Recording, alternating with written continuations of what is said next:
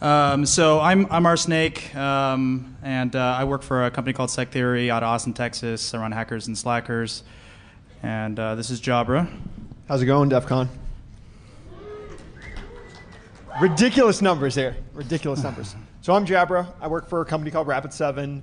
I do a lot of pen testing. I write some Perl. I work with the Backtrack guys. We do, the remote exploit thing.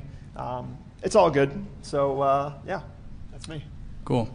So we decided to do a talk on de-anonymization. We've done a lot of talks on hacking browsers and hacking websites, but we really wanted to kind of change it up a little bit and talk about hacking individuals. Quickly, why this all matters. We all kind of care about our privacy at some level. We don't want everyone to know about our secret things and our passwords and that kind of thing. But people, I think, oftentimes think that they're very secure, especially in this industry. I've done my due diligence. I'm using a proxy, and therefore I'm secure. So we decided to go after kind of our own to kind of demonstrate that there are quite a few holes in kind of our mantra around our own privacy. So why is privacy good? It's good because a lot of people want to drop docs on you, right? You're a security guy. You don't really want your information all over the internet. Say for political dissidents, the common thing is the Chinese guy against the country. His country might want to kill him for some reason or put him in jail or whatever. Safer for people who might be subject to violent crimes. They don't want their jealous ex-boyfriend to go come kill him or whatever. Safer for people who have fetishes. For good or for bad. Safer for whistleblowers as well. So I think there's a lot of different reasons why privacy is good, and we all kind of encourage ourselves to try to be private if we're doing anything sensitive. And ultimately increases freedoms. But there's a bunch of reasons it's also bad. It's a safe and for evildoers, and I'm not going to try to define what that is, but it's up for interpretation. But it allows them to attack, and kind of retreat and exfiltrate the data all relatively quickly and without ramifications, and therefore it hurts law enforcement, whether you're pro or against. It's kind of irrelevant, and it prevents the social compact that we all have with one another. If you come up and say something bad to me and to my face, I can do something about it. But if you say it over the internet, it's a little bit harder. So. It's harder to enforce that over the internet with privacy. But either way, privacy is broken. And we're here to kind of demonstrate quite a few of those different things because it's too complex. Ultimately, if you can find someone's IP address, I think that's kind of the gold standard. If you know their real IP address, then you can go do something about it. That's sort of the big thing that we want to find about each other. Not that that's particularly difficult. So, but what about if we can do stuff that's even better? So we found quite a few ways to do that. So let's start with a basic anonymization guide, and then we'll break that. All right. So the first thing that you do when you're looking at being anonymous is you look at, okay, what can I do to mask what I want to do on the internet? So can I use things like a proxy and then just traffic? I'll just send all my traffic through this proxy. So something like Tor is really ideal because you'll have all these proxies communicating, and you're just sending your information into the proxy, and then at the end it just goes out through this end node. So that's pretty cool. You can also do things like clearing your cookies, clearing your session, using NoScript. Really doing the things diligently to protect and mask your identity. You can also use links so no one knows really what you are and where you're coming from. That sort of stuff. So yeah, the next component is using things like free email systems, right? So you can set up like a Gmail server if you want to log into some new application. You have things like Lala or whatever. You can just create a free email account and then just log in with that bogus email. They won't be able to track you back to one particular email which you use for all your data, like your corporate email. You just use this other account. So it's a pretty good way to do it, and you're basically you're dividing up all your user accounts so that no one can actually track you back to your corporate account. Fair enough. Okay, so now the client-side certificate stuff, right? So what I did was I looked at taking a client who's connecting back to a server, and they're using like some sort of public key.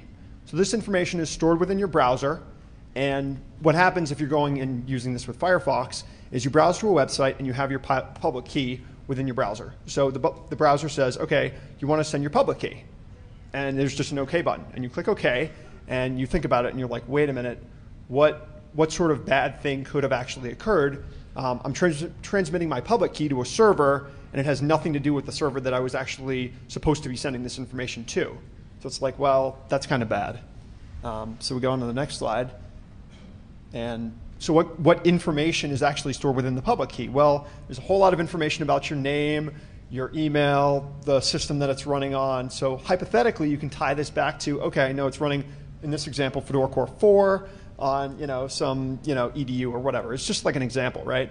But if you look at gathering information about the actual target, all you need to do is really grab this public key. So you can use something like TCP dump, and you can put it, and you can just snip that traffic, grab the public key, and I have a screenshot we can show later. It's just like using Wireshark to actually grab this public key, and then you can see the information, just clear text right there with Wireshark. So it's kind of good to be able to actually gather this information, and then if we go to the next slide, what we'll see is, okay, so if you have this information about the client, so we have their email address or their name or some piece of information, a lot of companies will use a common email schema to actually determine how we're going to create this email address. So it's really helpful as an attacker to be able to say, okay, so in traditional phishing, what I would do would be to grab a list of employees and just create my email list. Well, this is sort of the reverse of that. All I need to do is just grab the email address and then just reverse it back to a full name of the individual. So now I know their name, hypothetically I know their handle, and now I can start trying to get into that server because based on the public key, I know when it expires. So all I need to do is just sort of do a brute force attack, and you're much more likely of actually grabbing a shell because you're doing it with all the basis of this knowledge. That's sort of how it follows. So I think a lot of people here have heard of Tor. Yeah? Yeah, a few of you? Have you heard of it? So it's a pretty common way to anonymize yourself. You just kind of bounce through a bunch of proxies. There was a couple of guys, minimum a couple of guys, who compromised some Tor exit nodes and were logging information as it went out of their network, including 100 embassy passwords. And the reason why 100 is an interesting number is because it's exactly 100. It wasn't 105, it wasn't 96, it was exactly 100, which means that there's probably a lot of other information that they didn't give out. In fact, I know there's a lot more. But there were such amazingly good passwords as temp and 123456 and Egypt with a I instead of a Y. Very, very clever. So Breach actually has a project where they have a bunch of different honeypots set up. So bad guys will route their traffic through it, and they're kind of tracking all this stuff and saying, okay, well here's what bad guy traffic looks like, and sort of monitoring that kind of information. So ultimately, you got to find a proxy that you trust, which is very difficult because it's not your machine. Remember, it's somebody else's machine, and hopefully it's not linked back to you, so you can't really have any prior knowledge of it, which makes that very difficult. So Jabra worked on some way to create a hacked version of Tor that would actually do all the same stuff that the guys who did the Tor exit node hacking would be able, basically make that whole process a lot easier for everybody. But we just sort of ran out of time. So this is this little image tag here is a very quick way for you to de-anonymize, or at least detect that someone is coming through a Tor node. Because onion routing has its own protocol, or its own TLD rather, if you have a server set up inside the Tor network, you can actually detect them coming through and pinging it, and it's your machine because you put it there. Or you can use this piece of JavaScript to say, yes, you are or aren't on Tor. So it's a very, if you're running JavaScript, it's a very easy way to detect that you're coming from JavaScript space. Probably a year and a half or 2 years ago or something, I created this thing called Mr. T. It was based off of Ronald's project, Black Dragon, I think it was called. But basically, it's a way to enumerate a bunch of plugins, history, screen resolution, a bunch of kind of the basic components that give you information about your target and allow you to go after them. Not great for de-anonymization, but great for potential for exploitation. You might be able to say, oh, well, if you've got this specific plugin, I know that you're going to be vulnerable to this particular thing, because lots and lots of plugins have major issues with them. So I was looking at utilizing this browser exploitation framework. You guys know about this browser exploitation framework? Yes, no? Yes? All right, cool. So it's a really awesome piece of software, and what it does is it says, okay, anyone who goes to a malicious website that I've actually modified with something like cross-site scripting or my website, I can attach it to this framework, and I can do a lot of cool things once you're attached to this framework. So what I can do is just basically detect what types of things are in the browser. I can detect all the plugins. I can detect, what are you doing, all your cookies, all that sort of stuff. I can do keystroke logging, bunch of cool stuff. So for this talk, what I did was I said, okay, it's really important to actually be able to improve the quality of this browser exploitation framework, because what we really want to do is really just want to get a shell. But we're going to build upon all of this detection information to do that. So for this talk, what I did was I said, okay, what do we have for detecting various types of operating systems? Okay, that's pretty good. Okay, what other things can we look at? So I said, okay, there's VMware, which there was a module in there that used ActiveX. So I said, okay, this is not as good as the ideal, where I could use something that's going to work everywhere. We'll write it in Java. It'll work pretty much anywhere. And then you can use it in Linux. You can use it in Windows. Whatever. It doesn't matter. So that's what I did for this talk. And I've incorporated that in the new version of Beef, which should be out in a couple of weeks. Incidentally, a lot of this stuff we have demos for, but we need to race through the slides to make sure we get to the end. Then we'll show the demos. Yeah, all the demos are going to be online. There's URLs at the end of the talk, so everyone will be able to go and see the demos. Awesome. Next slide. Okay. So the cool thing is that cloud computing is where all the businesses are going. That's where everything's going. Everyone's putting all their data in the cloud, right? So to be able to detect if you're running within something like VMware or QEMU, QEMU is an open source virtualization mechanism, or VirtualBox or Amazon EC2, all we really need to do is be able to get the user to run a piece of Java within their browser. So just a simple Java applet that would detect the MAC address and then do a simple regular expression check to say, okay, are you within this range? And you look at the first 3 octets, and you say, okay, compare that, and then just determine what we're looking at. So that's already incorporated. It's pretty good. And we can actually, for Amazon EC2, it's even better. We can say, okay, I know you're in this particular region, so like US East or Europe West. That's pretty nice. What else? So this pretty much works everywhere again. So IE, Firefox, Linux, Windows. I had a couple of issues with Mac, but talk to the Apple guys and they say, yeah, that stuff will work. So awesome. So what we're going to be able to do is we're going to be able to leverage this sort of information in our attacks. So we don't really have any attacks against the virtualization mechanisms, but that stuff will come in time. So the next component that I looked at was actually taking this to the next level and actually getting shells based on this sort of information. So if we can detect that the user has Java within their browser, just like java.enabled and such, all we need to do is just create a self-signed Java applet, self-signed by something like the Microsoft Corporation, and then just run the applet and we get a shell. That's pretty cool.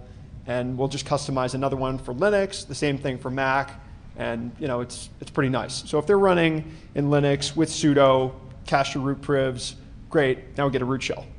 Pretty nice. And if if they don't have Java enabled, we'll just redirect them to browser autopwn, which is the Metasploit exploitation framework. So the next component. So in summary, I did a ton of work on Beef. We have Tor detection. We have the Java ping sweeper that RSnake wrote. And what it is, it's basically determining, based on some really cool AJAX, which you can talk about if you want, determining what are the internal IP addresses for this organization, for this person who went to my page. We'll just do an internal ping sweep on their network to determine, okay, what else can we see? Wouldn't it be able to be great to go to a web page and get a complete pen test? That's what we're going for. So the next component is just looking at increasing and just integrating all this stuff into Beef. So it's really just a full detection engine for your pen tests. And then getting all that information to be transmitted between modules is what we're going to work on next. We also incorporated some of the cool stuff to be able to determine, okay, give me the Alexa top 500 of where this person has been. So now I know, okay, they've been to Google, they've been to Twitter, all that stuff, cross-site request forgery, all that stuff comes into play. So a new version coming out. So there's a bunch of different ways to get internal IP address range or the IP address of the actual box you're on. I'm not going to spend much time on this stuff. A really good one I thought was SCP. WinSCP used to have a vulnerability where you could actually get people to upload files to you, which was interesting. Word PDF bugs, you'll find this stuff on decloak.net. Interestingly, I went through the about config just kind of hoping I could short circuit a lot of this research and just kind of jump right to the protocol handlers and look at them. It turns out that most protocol handlers that are really interesting don't actually reside in about config, at least not for protocol handler. You'd think it would, but it doesn't. Including ITMS. ITMS is what iTunes uses to communicate. In fact, I've talked a lot with Apple over the last couple weeks and Firefox and the IE guys all about this issue. Because who owns this bug? So you come to my webpage, I spawn ITMS protocol. There's a bug in ITMS that allows me to make it visit any page. But forget that for a second, just assume that it worked that way naturally. So I get you to visit my page, but instead of going through the proxy that you set up, you're instead following the proxy settings of Firefox, which are different than that of the base operating system. It doesn't matter what operating system we're talking about, but let's say it's Windows. And then you connect directly to me, so now I've got your real IP address as well as the proxy IP address as long as I submit some sort of payload in the DNS request. So, and this is already on decloak.net. It's been there for a couple of months. I just never posted about it, but if you go check it out, it's already there. So we spent a lot of time talking with the guys like, whose bug is this? Where does it belong? I don't think we ever came to a real conclusion, but I'm more and more thinking that it actually is Firefox's bug, except that if they ever fix it, it'll make a lot of people's lives a lot worse because they won't be able to have a proxy inside Firefox as well as using everything else. So the conclusion to that is if you want to be anonymous and you're using Firefox, you have to use something like Tor Button. Not Tor Browser, Tor Button. They're very different. One is totally insecure and the other one is very good. So just FYI. So David Byrne came up something probably a year and a half ago or so called res timing. So he could basically check how fast something was coming up by instantiating it like 1,000 times. So if you instantiate 1,000 times and it's not there, it's a different time than if it is there, which is great. You can enumerate anything on the file system, but it just takes a long time. So not particularly useful as it stands by itself. I made it less useful by porting it to a non-JavaScript version. But hey, now you don't have to have JavaScript turned on. So then I came up with something called SMB-enum.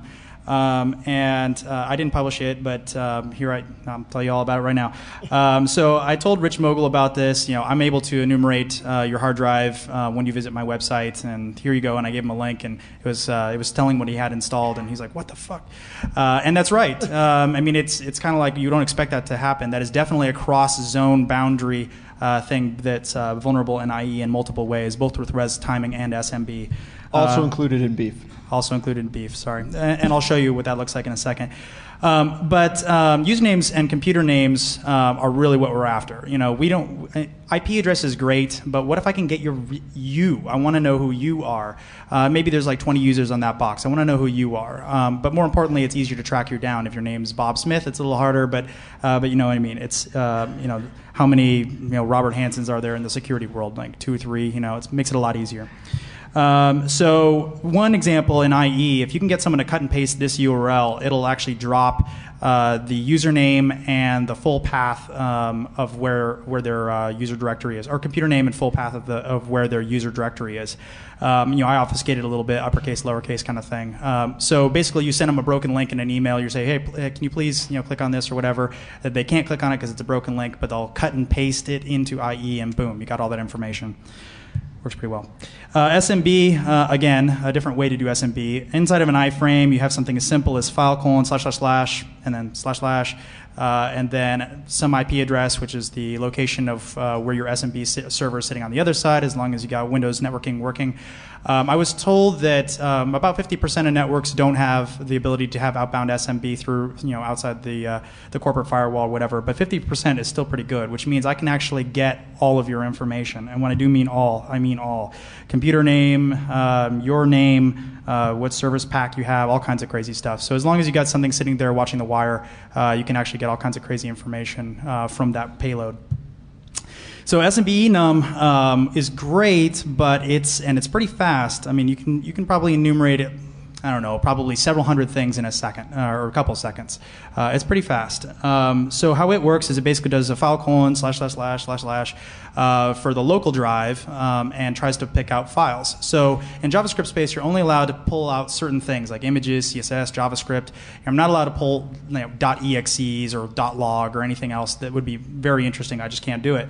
But with this information, I can actually narrow down what you do have, and then combining this with res colon, now I can actually pull out this very specific granular thing you've got and not just kind of the big picture of what your drive looks like. So you use SMB first, res timing for the granularity, and then you start owning them based off what you actually know. This is pretty good at it's pretty accurate with the exception of once you uninstalled something, a lot of times in the uninstall process it leaves images in place. But other than that, it is pretty accurate. I talked to the IE guys about it. They know about it. I don't know if there's a patch forthcoming. I think it would be kind of difficult to fix. This is an unauthenticated state, but it doesn't matter because you're local to the drive. So the other thing that we tried to do, and I actually threw away the code. I built it, and then I threw it away. I was so frustrated. I'm like, I hate this. But I was able to do username detection and actually enumerate usernames. The problem is the key space for usernames is absolutely ginormous. And if I have to go through and pull images for every single one of these different things. So let's take one of these, for example. If I had Flash, and Flash had an image that was based inside my user directory, I could look for, okay, and I know you have Flash, but now I got to look for your user directory so you can actually use them in combination to figure out where usernames are on the drive. The problem with that is that it takes a very long time to enumerate. In fact, I never got it to work unless it was only like 20 usernames. So if you know it's one of 20 things, it's pretty fast. But if you know it's one of 20,000 things, the user will be sitting there for a very long time, might even crash their computer. So all that stuff's great. It's fantastic, except for it all relies that I have a trap. So I have to convince you to do something, or I have to sort of know that you want to come and attack me, and I have to kind of lay this trap out, which is, that's fantastic and everything, but it's not all that practical in a lot of cases. Or I have to, do some of the Jabra stuff and actually automatically own every single one of my users, and then, go back and say, okay, who were all those users that I compromised? It's sort of like it's too much of a wide, range. It's like a thermonuclear weapon when I just want to take out one person. So I was thinking about other ways you could kind of go backwards in time and try to do stuff, or have such a passive listening device that you'd be able to kind of grab all this information. So first thing I was thinking is malware, right? It's the obvious thing. If you can get malware on people's boxes, it would be great. But again, noisy, and you'd have to do it to everybody, and not kind of OS specific, that kind of stuff. Second is stuff like and spyware, come on, give me some spyware. You know what I'm talking about. Like Alexa or something. That's phoning home all the time, saying where you are, trying to give information out. But that relies on you being Alexa, or having all your users have Alexa, and it's just not that common of a plugin or toolbar or whatever. So what about Google? What about safe browsing? So I went back and I started really thinking about it. And it turns out that there's some things that are going on under the hood of safe browsing. So safe browsing is designed to protect you. So let's say you go to a phishing site or a malware site. The browser will kind of pop up an alert, say you're not supposed to go there, you're going to get compromised or whatever. So it's great for consumers. It's actually great for security, except for the fact that it's phoning home all the time. So I left it running for a day, and I got somewhere in the neighborhood, if you average it all out, to around 30 requests per hour out to Google, which is quite a bit. So it's not like perfect. Sometimes it's a little bit more, sometimes it's a little less. It goes in bursts. Sometimes it's like 15 at once, and then 12, and then 18. So it's not all very consistent. And I talked to the Mozilla guys about that, and they said, well, it really shouldn't be phoning home that much. So there might have been a bug there, and there could easily be. So that was just my test. You feel free to test yourself. But the important part here is that it's phoning home and actually setting a cookie. So we all know cookies can be used for tracking. This might be actually a unique identifier. It might be a hash, an algorithm that they use to say when we deliver this encrypted payload, you can decrypt it with the key that you just sent us, that kind of thing. So public-private key sort of thing. But that's irrelevant. I actually don't care what that key consists of. All I care about is that it's unique. You can clear your cookies all the time, and people are pretty good about that. Let's say you wake up in the morning and you're going to go hack somebody. So you log in, you turn on your browser, you go get a cup of coffee. It's phoning home, setting cookies, right? And then you turn on your proxy and you decide you're going to go hack somebody. Well, so the nice thing about this is that it actually does follow the proxy. Normally, you want to go outside the proxy and you want to try to identify who someone is directly. But in this case, it follows the proxy. It's very polite and does exactly what it's supposed to do. The problem with that is that, let's say I'm on the other side and I'm China and I want to kill that dissident or whatever. It's great to be able to say, okay, well, I know I'm getting hacked from this proxy. Maybe someone else has some information about it. Maybe I can go try to break in that proxy, but maybe it's outside the country. Maybe there's other things that get in the way, or maybe they RM'd minus RF on the way out or whatever.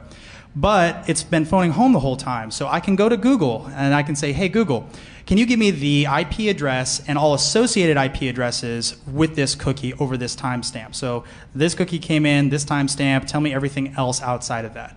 And as a result, they can actually get everything that's correlated to that. So they can get your home, IP address. They can get the Starbucks down the street. They can get whatever, right? It just depends on wherever you've connected from. And it doesn't matter if you clear cookies as you're booting up, or as long you have to do it as well as when you're shutting down. So you clean your cookies before you start because you don't want to leak information out that might be going to the client that you want to hack or whatever. So you want to tear down your session after it's over, but now you still set that cookie. It was still phoning home that whole time. It set a new cookie, and now you're using the new cookie when you tear down your session, and you're using it from your own personal IP address. So it really doesn't matter whether you turn it off in one place or the other. You have to do it in both places. You have to be consistent. You have to always do it. And so not that many people clean their cookies that religiously where they're going to never get caught by that. The dangerous part about this is now you're thinking, well, I'm going to go and turn that off. Well, it doesn't matter. This is all backwards in time. So this is all in the logs. So if you've ever done anything ever illegal when you're using Firefox or Chrome for the last probably year and a half or so, actually maybe even longer than that, they have the potential of having that logs. So now whether they do have the logs or not is in question. They say that they keep all logs for 2 weeks. Then after that, they keep in aggregate. So there's two ways to keep things in aggregate. You can keep like global statistics, like the amount of people who visit the site or something. That's an aggregate. Another aggregate is IP address, cookie, and timestamps. That is easily enough information in aggregate to de-anonymize anyone who uses your browser. They also say we're not going to give. Let's see. They say, there's their terms of service. We have good faith belief that access, use, preservation, or disclosure of such information is reasonably necessary to satisfy any applicable law. So any legal entity that comes down and says we want this information, theoretically has it. Regulation, legal process, or enforceable government request. Enforce applicable terms of service, including investigation of potential violations thereof, detect prevalent or otherwise address fraud, security or technical issues, or protect against harm to the rights, property, or safety of Google, its users, or the public. So basically, they pretty much have carte blanche. Now, let's say that they were totally benign and they had no intentions of ever using this ever for anything bad. It kind of doesn't matter.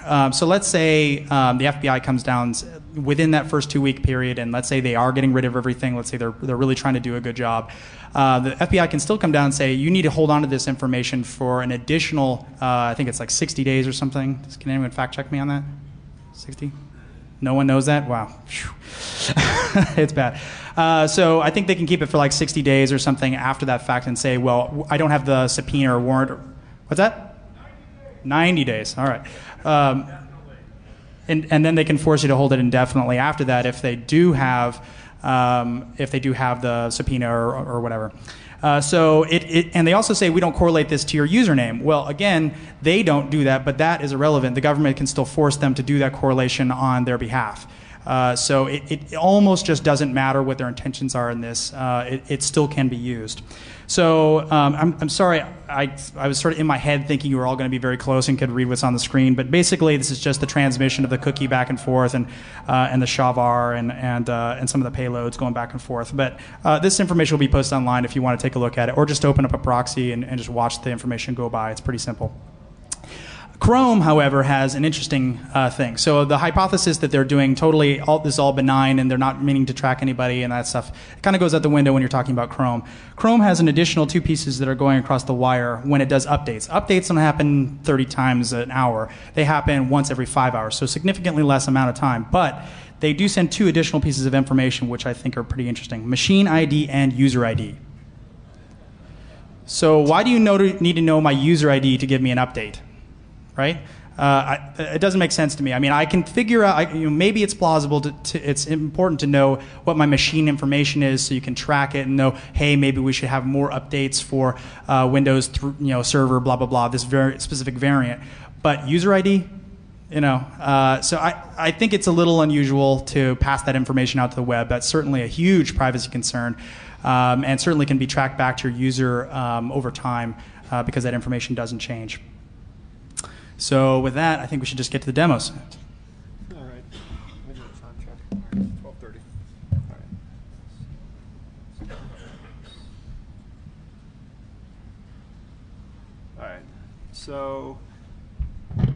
So this first one is being able to identify all the different websites that the user has been to. So all they're doing is they're connecting to Beef, and we just detect all that information.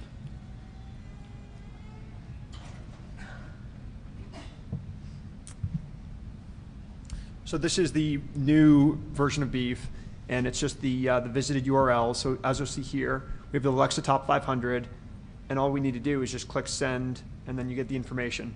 Now the new version of Beef is really awesome because it has this new improved logging functionality. So the older versions didn't really have this, and now all the information is just right there. And all you get is the information. These are the pages they've been to. You don't get any junk where they've been to, they haven't been to this website. They just get the good stuff. So that was using the CSS history hack that you're all probably familiar with. Using the view, if a color of a link is changed based off of whether you've been there or not, you can detect that in JavaScript space. You don't have to use JavaScript, but Beef heavily uses JavaScript. There. So this one is just detecting the plugins within the browser.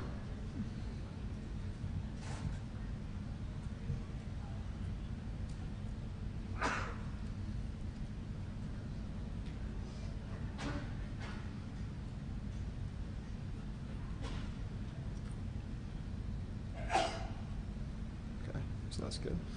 So as you can see, you have like tons of information about all their plugins. So if they have a vulnerable plugin, all we need to do is just go about actually exploiting it. So you guys can see how we're going with this, right? You're getting information about the client. You're going after them based on that specific piece of information instead of just dumping a bunch of stuff, which is going to cause a lot of pop-ups. The problem with hacking browsers is there's a lot of warnings through every single one of those steps. So the more you can sort of reduce that, the more likely it is that you're going to get a shell on the box or compromise their network or whatever you're trying to do without causing that user to be aware of that happening. And that's what we're all about. We're all about getting shells. So let's do that. So this is the virtualization detection mechanism. The older version had the detection of VMware, but this actual version actually detects QEMU, VirtualBox, Amazon EC2. So this demonstration is just Amazon, or this is actually VMware.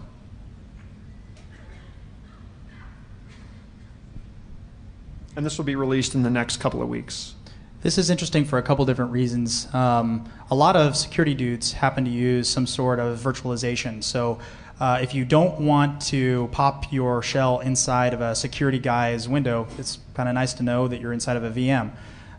It could also be interesting to know where geographically they are, or maybe they're using, it's a virtual host, but it's a bad one, or maybe the network isn't well secured, so once you're on a virtual box, it's essentially shared hosting, and you can start attacking the network, all kinds of stuff. Okay, so the next one is using browser autopwn. So I couldn't actually get the newest version of browser autopwn to work because I didn't have a VMware system to actually exploit. So I just used Netcat on Backtrack 4. So it's pretty good. All we're going to do is we're just going to inject an iframe and just redirect them to this page. So what we'll see here is just modifying the configuration information. I've already included the RC file, as you guys will see up there. But this is just redirecting them to a Netcat session, just listening. So obviously, if you're going to do browser exploitation, all you would do would just be, have your Metasploit system listening, and then just send your exploits. So there we can see the client connected. They sent their information to Netcat. Game over.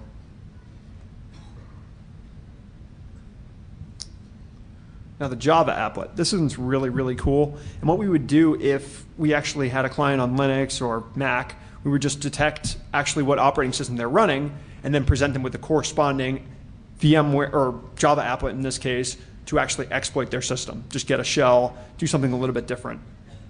This particular actual exploitation is downloading an exe, MSF payload, and then just run it. And this is self-signed by the Microsoft Corporation. Obviously, for Apple, you would just do Apple. And must be secure. yeah, must be.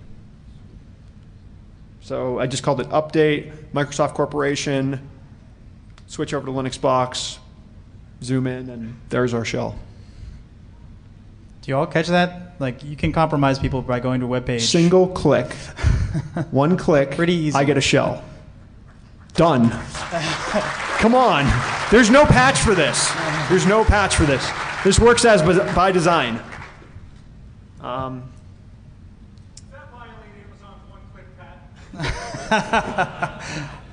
Okay, now the SMB enum stuff. Thank you. All right. Thank you. I can actually see you guys now. I'm supposed to picture you naked. That's a All right, SMB enum. I think I'm good on picturing them naked. Yeah, I know. Yeah. I know. I was gonna say. I'm good. No.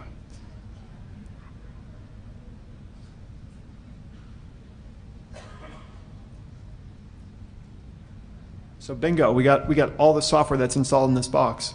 So this is I put this list together in like literally 20 minutes or something. So that could be greatly improved.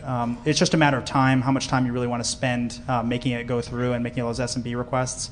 It's local, so it's pretty damn fast. You could probably do it up to maybe 1,000 or 2,000 within just a few seconds. But beyond that, you probably want to find some other way to enumerate. Patches accepted. Yeah. Come on, exactly. guys. All right. So this demo is actually disabling safe browsing. So, you can send this to your mom or your dad, just disable safe browsing. Okay, let's give them a quick how-to. And full screen's on, there we go. So this is one way to do it. You can also do it through tools, security, and then click the two buttons. But if about config is your sweet spot, you can also do it there. Simple enough. Of course, the Mozilla guys were in the audience when we did this at Black Hat, and they said, well, we really don't recommend that people turn safe browsing and safe browsing off. All right, I'm sure you all appreciate bright light after a hangover. All right, but anyway, we talked to them, and they're like, yeah, we really appreciate people to keep it on. It's better for their security and all that stuff, and that's true. But it's just a matter of understanding the trade-offs. If you happen to be a security guy and don't happen to be vulnerable to a lot of that stuff, or happen to know that your target isn't going to try to exploit you back, then it probably is a good idea that you turn it off. So yeah, that's pretty much all the demos. I had one more component. The client-side stuff, this is just an example of sniffing a client-side certificate. So as you can see, you'd get like common name and all this information about your organization or whatever. And that's just just using Wireshark on public certificate. So this is just a quick example of how to set it up. I'll put this stuff on my blog, and you guys can take a look. Pretty easy. All I did was I just used OpenSSL and created my own certificate, and then I just had it listen and correspondingly accept client-side certs. Pretty easy. So more and more banks are starting to use client-side certs, not so much in the United States, but definitely a lot more internationally. A few banks here have started doing it as well, trading platforms, that kind of stuff. It's kind of more common, like for smaller companies who want to protect themselves without kind of a lot of the hassles of like tokens, like actual hardware tokens, that kind of stuff. So we actually are going to be in room 106 for Q&A if you guys have any questions. But I appreciate you all coming out. Hold on, let's just show them where they can get like the slides and such. Okay, so he's going to put the slides up if you want to write it down. Otherwise, just meet us in room 106. They're right here. All the slides are going to be here. And thank you very much, guys. Thank you. And then we'll break that. All right, so the first thing that you do when you're looking at being anonymous is you look at, okay, what can I do to mask, what I want to do on the internet? So can I use things like a proxy and then just traffic? I'll just send all my traffic through this proxy. So something like Tor is really ideal because you'll have all these proxies communicating, and you're just sending your information into the proxy, and then at the end it just goes out through this end node. So that's pretty cool. You can also do things like clearing your cookies, clearing your session, using NoScript, really doing the things diligently to protect and mask your identity. You can also use links so no one knows really what you are and where you're coming from, that sort of stuff. What do we have next? So yeah, the next component is using things like free email systems, right? So you can set up like a Gmail server if you want to log into some new application. You have things like Lala or whatever. You can just create a free email account and then just log in with that bogus email. They won't be able to track you back to one particular email which you use for all your data. So I'm RSnake, and I work for a company called SecTheory out of Austin, Texas. I run hackers and slackers. And this is Jabra. How's it going, DEFCON? Ridiculous numbers here. Ridiculous numbers. So I'm Jabra. I work for a company called Rapid7. I do a lot of pen testing. I write some Perl. I work with the Backtrack guys. We do the remote exploit thing. It's all good. So yeah, that's me. Cool. So we decided to do a talk on de-anonymization. We've done a lot of talks on hacking browsers and hacking websites, but we really wanted to kind of change it up a little bit and talk about hacking individuals. Quickly, why this all matters. I mean, we all kind of care about our privacy at some level. We don't want everyone to know about our secret things and our passwords and that kind of thing. But people, I think, oftentimes think that they're very secure, especially in this industry. I've done my due diligence. I'm using a proxy, and therefore I'm secure. So we decided to go after like your corporate email. You just use this other account. So it's a pretty good way to do it, and you're basically you're dividing up all your user accounts so that no one can actually track you back to your corporate account. Fair enough.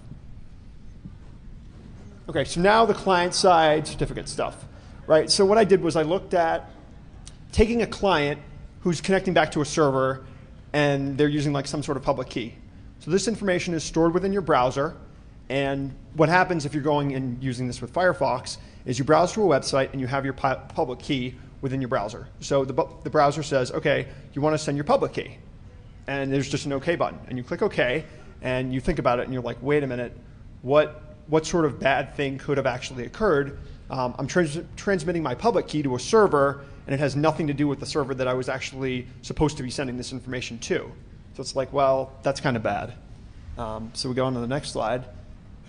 And so what information is actually stored within the public key? Evildoers, and I'm not going to try to define what that is, but it's up for interpretation. But it allows them to attack, and kind of retreat and exfiltrate the data all relatively quickly and without ramifications.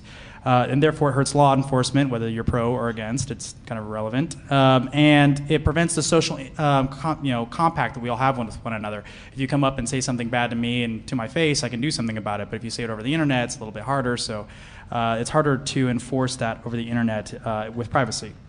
But either way, privacy is broken. And we're here to kind of demonstrate quite a few of those different things because it's too complex. Ultimately, if you can find someone's IP address, I think that's kind of the gold standard. If you know their real IP address, then you can go do something about it. That's sort of the big thing that we want to find about each other. Not that that's particularly difficult. So, but what about if we can do stuff that's even better?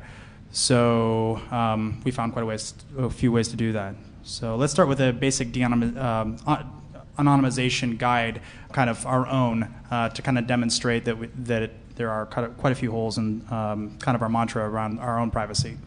So why is privacy good? It's good because a lot of people want to drop docs on you, right? You're a security guy. You don't really want your information all over the internet.